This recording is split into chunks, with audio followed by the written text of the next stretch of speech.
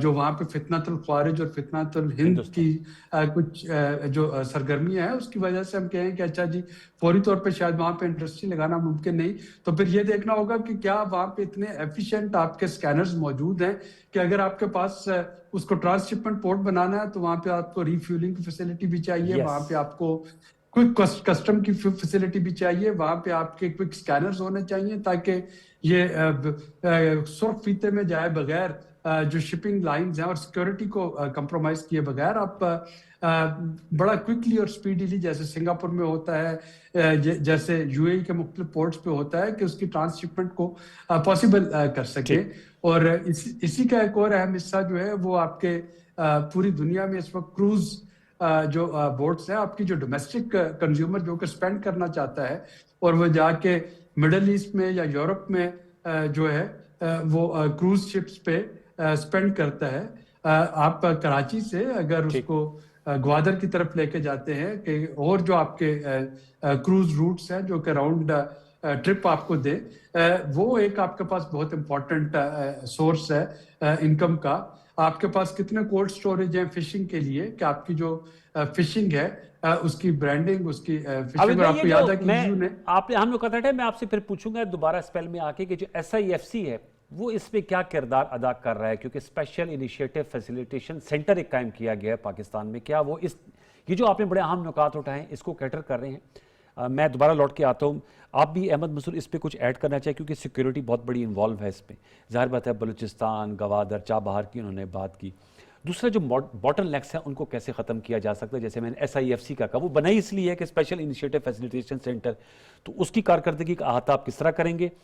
اور پھر یہ جو بھارت کی کیونکہ فتنہ الہند کی بات کی، آذربائیجان میں جو بین الاقوامی کانفرنس ہوئی ہے اس حوالے سے بھی ذرا بتائیے گا۔ دیکھیں انوار الحسن صاحب، جو بلو اکانومی کے حوالے سے اور اس کی پوٹینشل اور پاکستان میں کیا اس پہ کام اب ہو رہا ہے، یہ بہت ہی ایک بڑا سبجیکٹ ہے، اور SIFC نے اس پہ فوکس کیا ہوا ہے ایک علیحدہ سے پورا اس پہ بلو اکانومی کے اوپر۔ آپ دیکھیں کہ ہمارے ایک میری ٹائم جو کانفرنس ہے وہ بھی اب ہر سال شیڈیول ہوتی ہے، جو امن ایکسرسائز کے ساتھ علیحدہ سے اس کا ایک فیچر ہے کراچی میں، اور اس میں جتنا پاکستان کا رقبہ ہے اتنا ہی ہمارے پاس سمندری ایریا ہے، صرف آپ کے پاس یہ ساحلی علاقے نہیں ہیں، سمندر اور سمندر کے نیچے جو خزانے چھپے ہوئے ہیں، معدنی وسائل ہیں، ان کو ایکسپلور کرنا ہے۔ اور پھر اس میں جو بڑا ایک جو آپ کہہ سکتے ہیں کہ جس پہ ہم آلریڈی اتھارٹی ہیں اور اس میں پوٹینشل شروع ہم نے کی ہے، شپنگ جو انڈسٹری ہے، شپ یارڈز، آپ جہاز چھوٹے بڑے بنائیں، وہ اس میں اس پورے ریجن میں اس کی بہت بڑی مانگ ہے، اور ہمارا اس پہ ایک SIFC اور ہماری جو میری ٹائم جو منسٹری ہے اس میں اس نے کام شروع بھی کیا ہے اور راغب کر رہی ہے انویسٹمنٹس اور سرمایہ کاری کے لیے۔ اور پھر آپ کی کوسٹل لائن پہ آئل ریفائنریز، وہ صرف پاکستان کے لیے نہیں، وہ یہاں پہ آئیں، جو آئل ٹینکرز ہیں وہ ریفائن ہو اور یہیں سے پھر وہ ایکسپورٹ ہو جائے۔ ضروری نہیں کہ اس تیل نے پاکستان میں آ کے صرف کنزیوم ہونا ہے، وہ پوری دنیا کو سپلائی جو ٹرانس شپمنٹ کا کہہ رہے ہیں جو یہ بیسیکلی ایک بڑا جو اس میں ایوینیو ہے۔ پھر باقی بے شمار اس کے ہیں، آپ اس میں جو میری ٹائم آپ ٹورزم کی بات کرتے ہیں، اس میں آپ سمندری زراعت پہ بھی اس کی بھی بات ہوتی ہے۔ تو بہرحال بلو اکانومی پاکستان کا فیوچر ہے اگر اس پہ صحیح فوکس ہو، اور کرنا چاہیے اور کرنا پڑے گا۔ یہ سب سے ہی اصل اور آسان راستہ ہے۔ دنیا کی جو بڑی آبادیاں ہیں وہ سمندر کے کنارے آباد ہیں، آپ وہاں نئے شہر سمندروں کے کنارے، ہماری 1100 کلومیٹر کی جو سالی پٹی ہے وہاں آباد کریں۔